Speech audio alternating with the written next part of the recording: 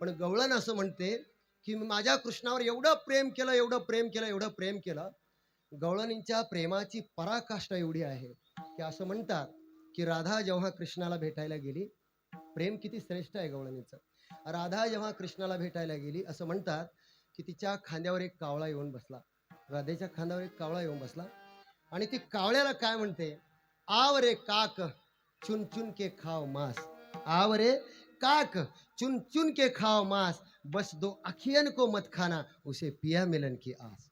हे आहे प्रेम, हा आहे भाव, ही आहे भक्ती.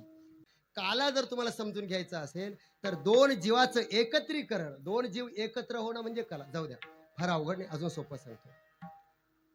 लग्न माहिती आहे सगळ्यांना? लग्न झालं की नाही कोणाचं? लग्न विचारतोय मी, लग्न लग्न झालं. पती आणि पत्नी, नवरा आणि बायको, हे दोन आहे का एक आहे हो? आता मी तुमच्यातला प्रश्न विचारला बरं का, खूप सोपा विचारला. पती आणि पत्नी, नवरा आणि बायको, दोन आहे का एक आहे? पटकन सांगा, दोन आहे का एक आहे? दोन. फार अवघड झाले, लग्न करून अजून तुम्हाला लग्नाचा अर्थ माहित नाही. दोन दोन. पती आणि पत्नी हे शब्द दोन आहे. नवरा आणि बायको हे शब्द जरी दोन असले तरी अजून पुढे आहे का, एखादा माणूस एखाद्याच्या घरी येतो आणि तो म्हणतो, श्यामराव कुठे आहे? मग ती घरातली मालकीण म्हणते, अहो ते जरा तालुक्याच्या गावाला गेले, घरामध्ये नाही. काय काम होतं?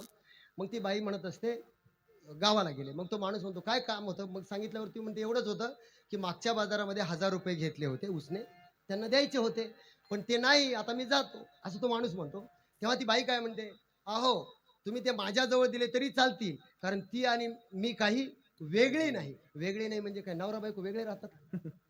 वेगळे राहतात का? नाही ना. वेगळे नाही म्हणजे काय, तर वेगळी नाही या म्हणण्यातला अर्थ असा आहे, ती देह तत्वानं दोन आहेत पण आत्मतत्वाने एक आहे. आत्मतत्वाने, हे झालं अद्वैत, हा काला आहे. हे झालं एक. अजून सोपं सांगू, एखाद्या बाईनं पण एक लक्षात ठेवा, आत्मतत्वानं एक आहे पण त्यांचा व्यवहार चालण्याकरता ती दोन असली पाहिजे. कसं? देवा देव भक्त पण तुका म्हणे नाही भिन्न, देवात आणि माझ्यात अंतर नाही. देवात आणि माझ्यात अंतर नाही, देव आणि मी एकच आहे. पण नको ब्रह्मज्ञान आत्मस्थिती भाव, मी भक्त तू देव ऐसे करी, ही भूमिका घ्यावी लागते. अजून सोपं सांगतो, एखाद्या बाईनं कीर्तन ऐकलं महाराजांचं आणि महाराजांना सांगितलं, नवरा आणि बायको काही वेगळे नसतात, ते एकच असतात आणि त्याच्यामुळे काही काळजी करण्याचं काम नाही. काही लोकांचा कीर्तन ऐकल्यानंतर एवढा त्यांच्या डोक्यावर परिणाम होतो, कुंडारे मामा बरं का, एवढा परिणाम होतो की ते कीर्तन ऐकल्याबरोबर घरी गेली ती बाई आणि घरी गेल्याबरोबर बरं का भाऊ ताई, ते बाहेरून तो माणूस काम करून आला आणि तो म्हटला, मला तहान लागली. ती म्हणली, तुम्हाला पाणी पिण्याची काही गरज नाही, कारण आत्ताच मी तांभर पाणी पिले आणि महाराजांनी सांगितलंय नवरा आणि बायको काही. चालेल का असं? चालेल का?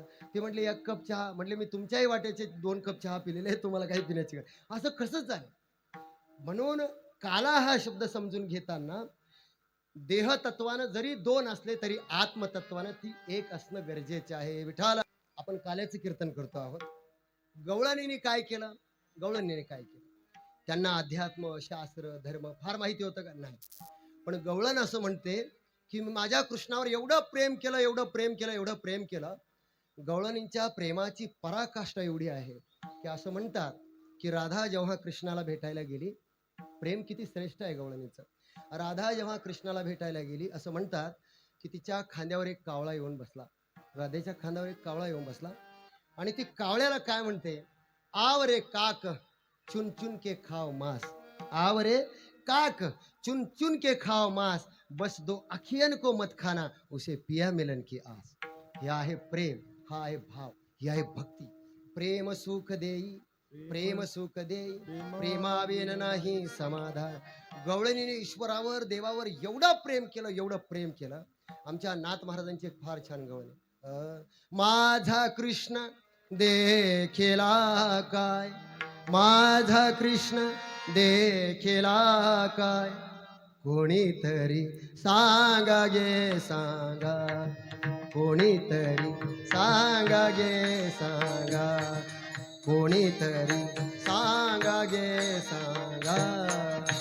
माझा कृष्ण देखिला काय, माझा कृष्ण देखिला काय, कोणीतरी सांगा गे सांगा, कोणीतरी सांगा गे सांगा. हा भाव भाव जेव्हा अंतःकरणामध्ये निर्माण होतो तेव्हा देव भेटतो. हा भाव अंतःकरणामध्ये निर्माण झाला पाहिजे. सारखा माझा देव कुठे, माझा ईश्वर कुठे, हा भाव जेव्हा नाथ महाराज फार छान. आणि